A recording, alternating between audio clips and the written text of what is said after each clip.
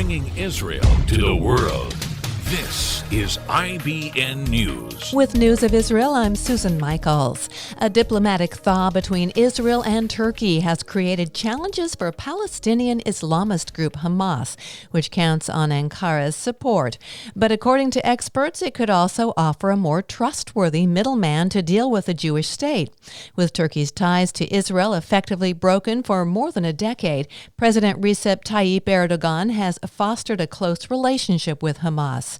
Erdogan is a vocal supporter of the Palestinian cause and a fierce critic of Israel. Ties between the two countries had collapsed in 2010 following the death of 10 civilians in an Israeli raid on a Turkish ship.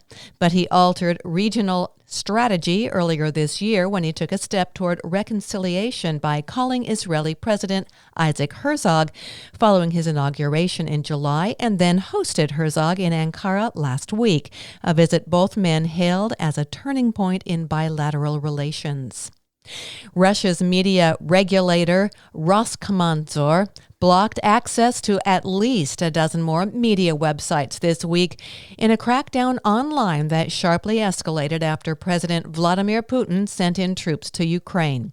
Besides the Israeli websites, which serve the country's large Russian-speaking community, the Russian regulator blocked other sites, including an award-winning investigation website. Communications Minister Yoaz Hendel called the ban an aggressive and illogical move and a blatant and unacceptable violation of the freedom of the Israeli press. As a new COVID variant hits Israel, health professionals are expressing concern over mass Purim celebrations in the country. The health ministry said this week a new variant has been detected in 2 passengers who recently returned to Israel from abroad. According to Professor Galia Rehav, head of the infectious disease unit at Sheba Medical Center, these are only a few cases, but it proves how important it is to detect new variants, and we need to see how it plays out.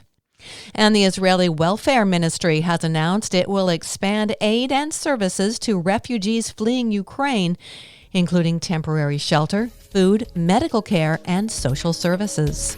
I'm Susan Michaels. IBN, Israel Broadcast Network.